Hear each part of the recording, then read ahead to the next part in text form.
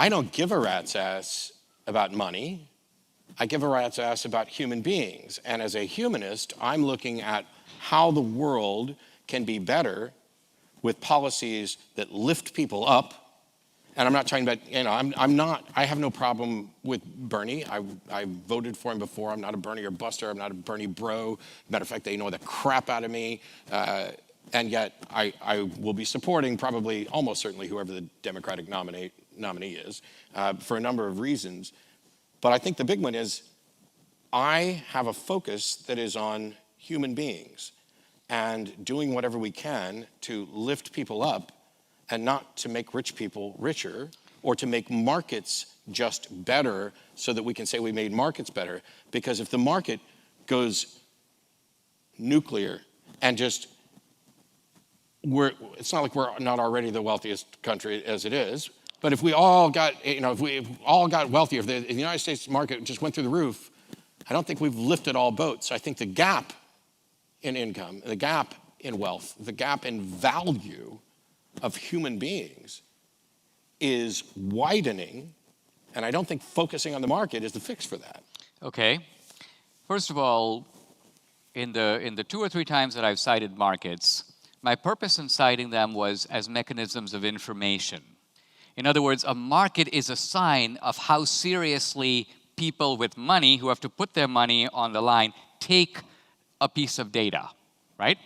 So I'm not using the market as the market is always right. I'm simply using the market as if people really thought this was going to happen, they would start moving their cash. And that's just a fact about people. Sure, right? I have agreed. Okay. If somebody really thought this is what the market was going to do, that's where they'd move their cash. Exactly. But what they think about the truth has no bearing on what the truth is. Just like the number of people who believe something, how strongly they believe it, whether they're going to, that's not a thing. Now, you threw this contrast up between, you mentioned the issue of inequality. Yeah. And you said you don't care about markets, you care about people. I was being hyperbolic. Hyperbolic, but let's zoom into that a little bit. It's not like you throw it out. Of course, but what I was going to say is this: the reason, and I agree, by the way, we have more inequality now than we had, for example, in the 1970s. Mm-hmm. And it is true also that CEOs and entrepreneurs today make a lot more money as a multiple, let's say, of the average worker than they did in the 70s. The reason for that, I think, is because CEOs in the 70s didn't do a whole lot. If you were a CEO of Hewlett-Packard or Ford Motor Company, by and large, your job is organizational. You're an administrator. You say, I'll open a new plant over here, I'll do this over there. The entrepreneurs who have made gargantuan amounts of cash, I would mention, the obvious ones, even Bloomberg, but certainly Jeff Bezos, certainly Steve Jobs. The reason that they got so rich is precisely because they have augmented human welfare to such a gargantuan degree. Everybody who people didn't even, normally we think of markets as responding, supply response to demand.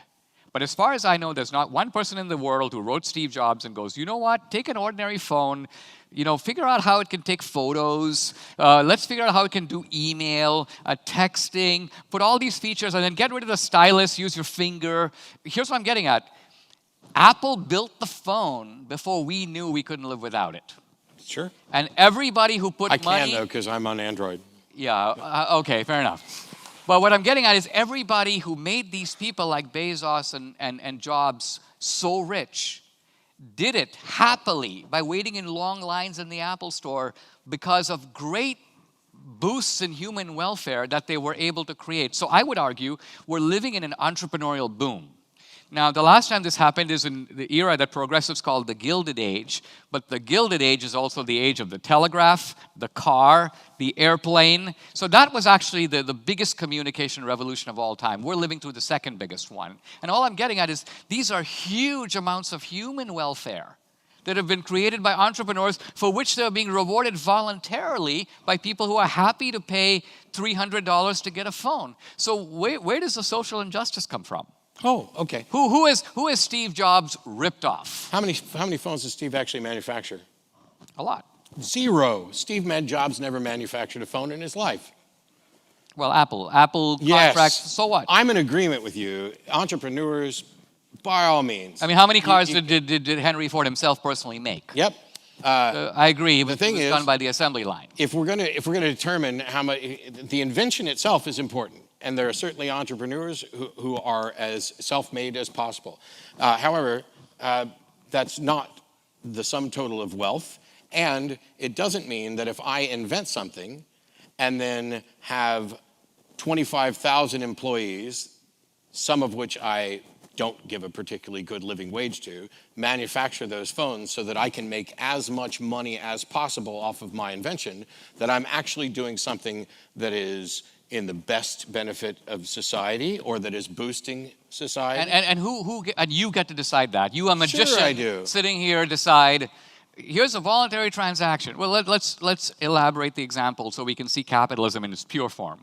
Let's just say everyone in this audience has $10. So we live in a socialist utopia. We all have $10, okay? And then you stand up and do a magic trick, and you say, I'll do this magic trick if some of you would agree to pay me $1. Okay? And let's just say the 25 people in the audience said, we'll give you $1. So everybody else clears the room, you do the magic trick, they give you $1. Our perfect equality is now interrupted by inequality. Right? Wait, what's the inequality? Because in that example, hold on. So I manufactured 100% of the magic myself. Correct. But here's the point. The point is that, well, you might have an assistant and you bought equipment and you might have bought that at cheap prices and so on. We'll leave all that aside. The main point is that the guy who gave you the $1 thought your magic trick must be worth at least $1. Yes, but I'm not complaining about the person who willingly gives Apple money for their phone. Okay, And I'm not, by the way, I'm not ragging on Apple or the iPhone or any of that. Right. I'm saying, yes, there are entrepreneurs, and yes, there are people who justifiably go from nothing to immense wealth. I'm not objecting to wealth. I'm not advocating for an absolute equality where everybody gets $10 and that's all you're ever going to get.